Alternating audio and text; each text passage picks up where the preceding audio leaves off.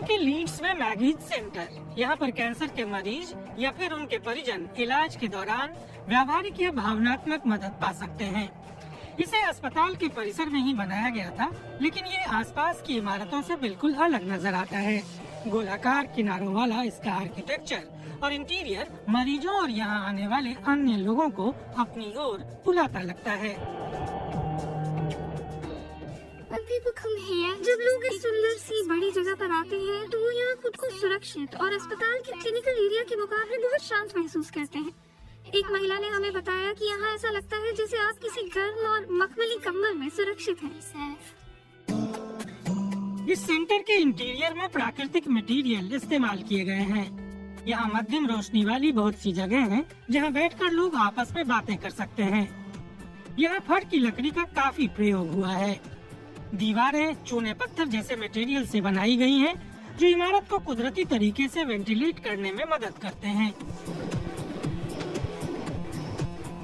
जैसे ही आप इस सेंटर में आते हैं तो आपको बड़ी सी खुली जगह दिखती है और हम जानते हैं कि कैंसर पर लोग ज्यादा बात नहीं करते, लेकिन यहाँ आपको एहसास होता है कि आप अपनी बात खुल कर कह सकते हैं।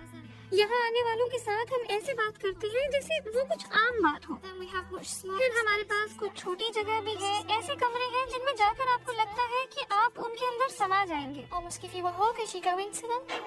हाल ही में पता चला कि सेलिया नाइट के पति को कैंसर है। उनके इलाज के दौरान मैगीज ने सेलिया को बहुत सहारा दिया। मुझे अपने पति को अस्पताल लाना होता है, वो कार नहीं चलाते, तो जब वो इलाज करा रहे होते हैं मैं यहाँ सेंटर में आराम से उनका इंतजार करती हूँ।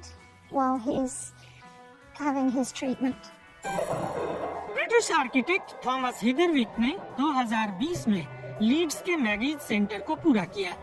डिजाइन तैयार करते समय उन्होंने इस बात पर ध्यान दिया कि इसके आसपास हरियाली रहे। वे कहते हैं कि आर्किटेक्चर हमारी खुशहाली में अहम भूमिका निभाता है। ये हमारे लिए सचमुच दिलचस्प है। मुझे लगता है कि अब ये समझना जरूरी है कि इमारतें हमें कैसे भावनात्मक रूप से प्रभावित करती हैं। बीती सदी में बहुत सी इमारतें ऐसा करने में नाकाम रही। उन्होंने बस जगह को बिगाड़ा है। कैंसर केयर सेंटर से ज्यादा जरूरी भला कौन सी जगह होगी जहां ऐसा कुछ बनाया जाए जो लोगों की भावनाओं और एहसासों को जोड़ती हो। ज़हा हदीद जैसे मशहूर आर्किटेक्ट्स ने मैगीज के सेंटरों को डिजाइन किया है। फ्रैंक गेरी ने स्कॉटलैंड में सेंटर बनाया और ये नॉर्मन फॉस्टर का शाहकार है। रेम कोलहास ने स्कॉटलैंड में सेंटर बनाया। अमेरिकी आर्किटेक्ट डेनियल लीविस्किन लंदन में बनने वाले अगले मैगीज सेंटर पर काम कर रहे हैं। पहला मैगी सेंटर एक महिला के जरिए अस्तित्व में आया था जिनका नाम था मैगी केस्विक जेन्स।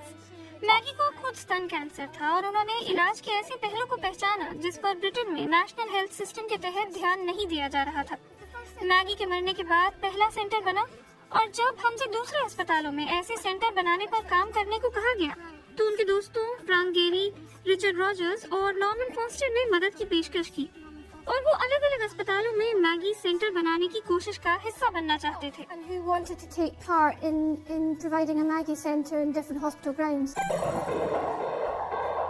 लीड्स का मैगीज सेंटर इस बात की मिसाल है कि कैसे वास्तुकला तकलीफ से उबरने में मदद कर सकती है।